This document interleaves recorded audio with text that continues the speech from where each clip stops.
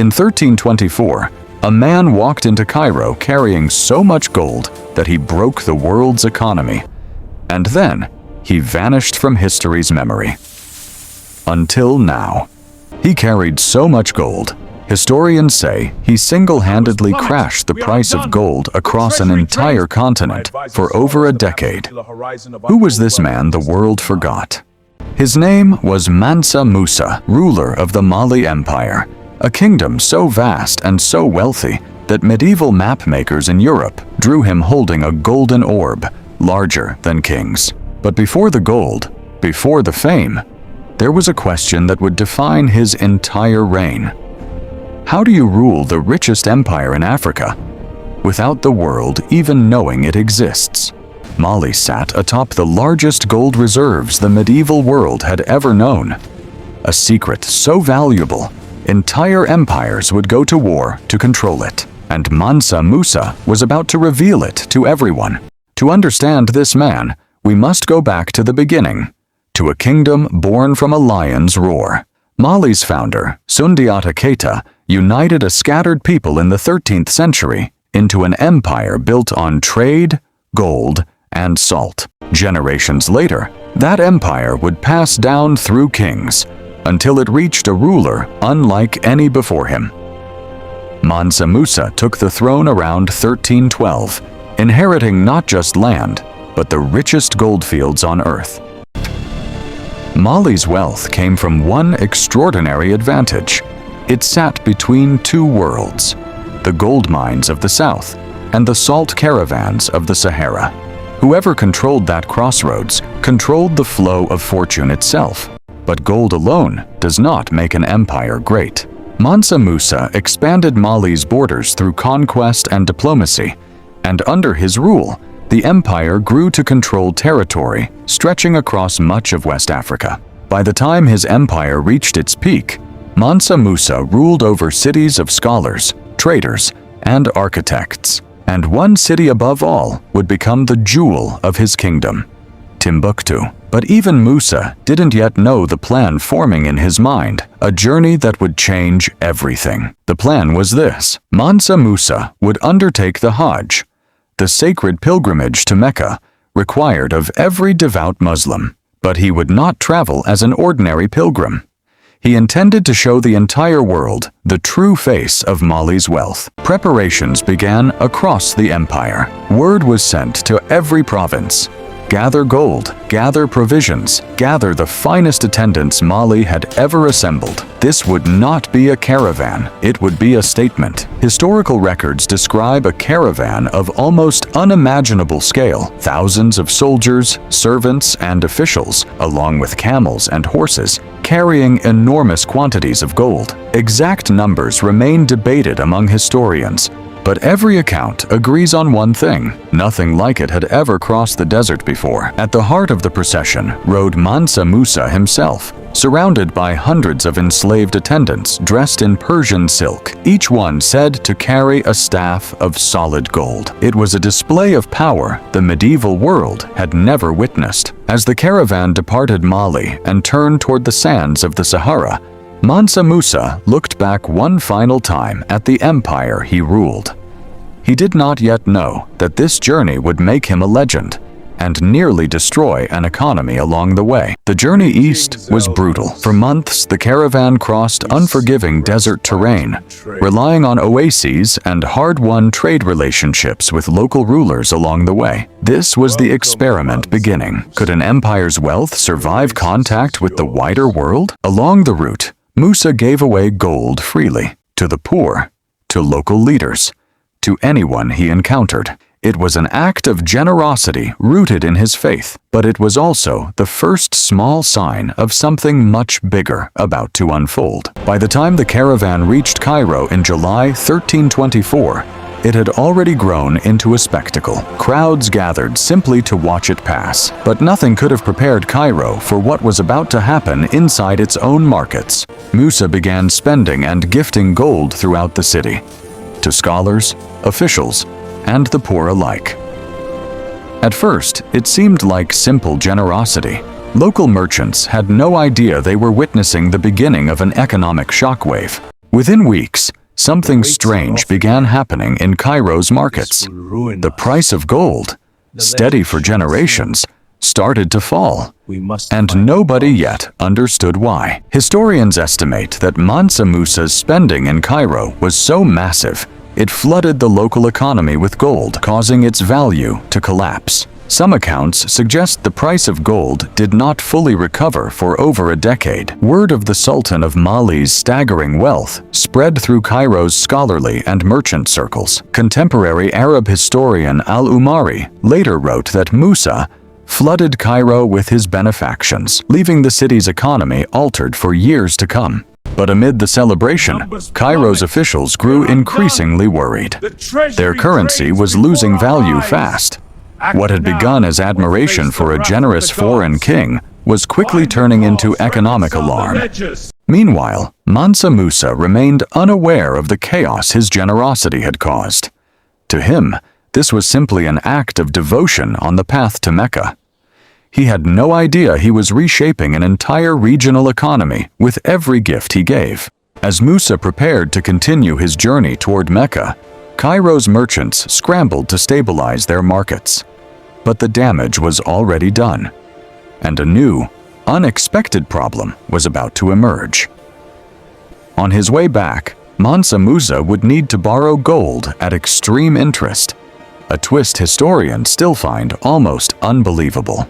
After leaving Cairo, Mansa Musa completed his pilgrimage to Mecca, fulfilling his sacred duty. But when he returned through Cairo weeks later, he found the city's gold markets still in turmoil, and now he himself had run out of gold. In a stunning twist, the man who had just given away a fortune in gold was now forced to borrow money from Cairo's merchants at extremely high interest rates just to fund his journey home. The richest man in the world had run dry. Modern economists studying this event point to it as one of the earliest recorded examples of a single individual causing real, measurable inflation. It's a lesson still taught today. Even boundless generosity can destabilize an entire economy. As Mansa Musa's caravan finally began its long journey home, his reputation had already outraced him. Word of the African king who broke an empire's gold market was spreading across trade routes, reaching ears in Europe,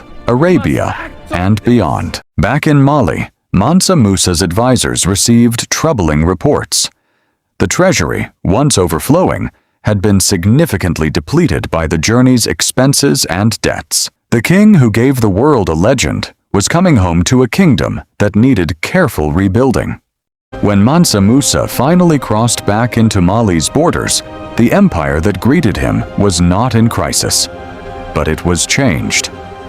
The treasury needed rebuilding, and the king now understood something he hadn't before. Gold was powerful, but it was not infinite. But something unexpected had also happened during his journey. Mansa Musa had brought back more than debt and lessons. He returned with scholars, architects, and books from Mecca and Cairo, determined to transform his empire's cities forever. Among these new arrivals was the renowned Andalusian architect Abu Ishaq al-Sahili, whom Musa commissioned to redesign the great mosques of Timbuktu and Gao. What followed would turn Mali's cities into centers of learning unmatched anywhere in the region. The Jingareber Mosque rose from the desert sands, its towering mud brick minaret becoming a symbol of Mali's new identity.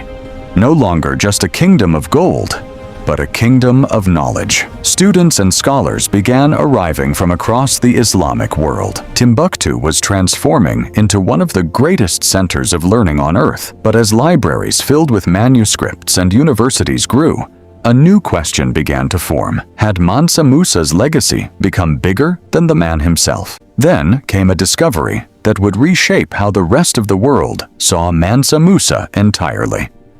In 1339, a Spanish cartographer named Angelino Dulcert included Mali's king on a European map for the first time. But it was what came next that truly changed history. Decades later, in 1375, the Catalan Atlas, one of the most important maps of the medieval world, depicted Mansa Musa seated on a golden throne, holding a massive gold nugget and a scepter. For the first time, Europe didn't just hear about Mali's wealth. They saw it. This map would go on to guide European sailors, traders, and explorers for generations, all of them chasing rumors of the Golden Kingdom hidden somewhere beyond the Sahara. Mansa Musa, without ever intending to, had put Mali on the world's radar forever. But back in Mali, Mansa Musa was aging. The empire he had rebuilt after his pilgrimage now faced a new challenge: not gold, not debt, but the question every great ruler must eventually face: who would carry his legacy forward? Historical records grow uncertain here. Most historians place Mansa Musa's death around 1337, though exact details of his final years remain debated. What is certain is this: the empire he left behind and the legend he created would outlive him by centuries. For centuries after his death, Mansa Musa's story faded from Western memory, buried beneath colonial-era narratives that overlooked Africa's medieval empires. But the evidence of his existence never disappeared. It was hidden in plain sight, waiting to be rediscovered. In the 20th century, historians and archaeologists began piecing together the full scale of what Mansa Musa had actually achieved. What they found stunned modern economists. Adjusted for historical context, his wealth may have exceeded that of any documented individual in human history. Excavations in Timbuktu and Gao began uncovering the true scale of Mali's golden age: foundations of great libraries, remnants of mosques, and thousands of preserved manuscripts proving that this was not just a wealthy kingdom, but an intellectual powerhouse of the medieval world. Perhaps the most shocking discovery of all, thousands of these manuscripts still exist today, hidden in private family collections across Timbuktu, protected for generations from invaders, colonizers, and even modern conflict. A secret library larger than anyone imagined. These surviving manuscripts cover astronomy, medicine, law, and philosophy, undeniable proof that while Europe associated Africa with myths and rumors, Mali had already built one of the most advanced centers of learning on the planet. The truth was there all along. It just needed to be found. As researchers pieced together centuries of scattered evidence, maps, manuscripts, Arab chronicles, and oral griot traditions, a fuller picture of Mansa Musa finally began to emerge. But one final investigation remained. Just how much gold did this man actually control? Economic historians attempted to calculate his wealth using gold production records, trade data, and inflation patterns from Cairo's markets. The numbers they produced were almost impossible to comprehend, figures that dwarfed every fortune recorded before or since. Some modern estimates have called him the richest individual in recorded history. Wealth so vast, it cannot be accurately converted into modern currency. But historians caution, these are informed estimates, not confirmed facts, given the limitations of medieval record-keeping. What is beyond dispute, however, is his impact. A single pilgrimage, one caravan, one act of generosity, and an entire civilization on another continent felt the shockwave for over a decade. Few individuals in history have ever left a mark that large from a single journey. The mystery of Mansa Musa was never really about the gold. It was about how one man's journey of faith accidentally rewrote economic history, elevated a forgotten empire onto world maps, and left behind a legacy hidden in libraries for 6 centuries. The final truth was about to reveal itself. The final piece of the puzzle came not from gold or maps, but from the manuscripts themselves. Scholars translating Timbuktu's preserved texts discovered detailed records of trade, law, and governance, proof that Mali's brilliance wasn't an accident of wealth, but the result of deliberate, sophisticated systems.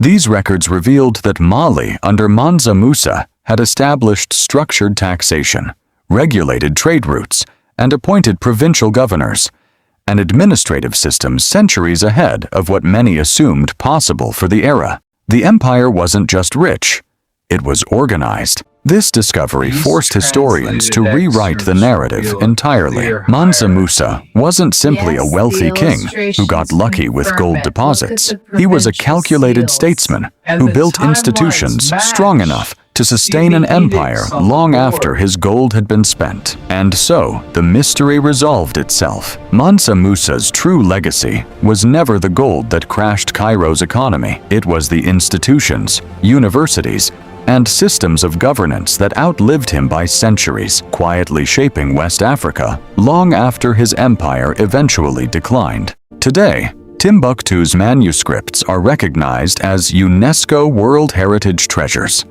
the final proof that this forgotten empire was never just a footnote in history. It was one of the great civilizations of the medieval world, and Mansa Musa was its defining figure.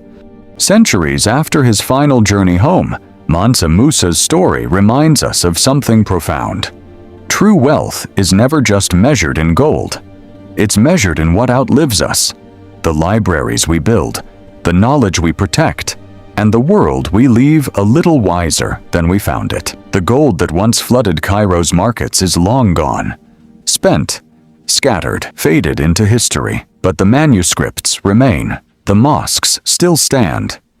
And in quiet libraries across West Africa, Mansa Musa's true fortune is still being read, page by page, today. From a desert caravan carrying more gold than the world had ever seen, to a legacy of knowledge that would outlast every coin he ever spent.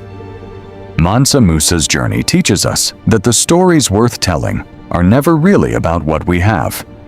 They're about what we choose to give. This is the story of Mansa Musa, the richest man history nearly forgot, and the empire of knowledge he left behind that the world is only now beginning to fully understand.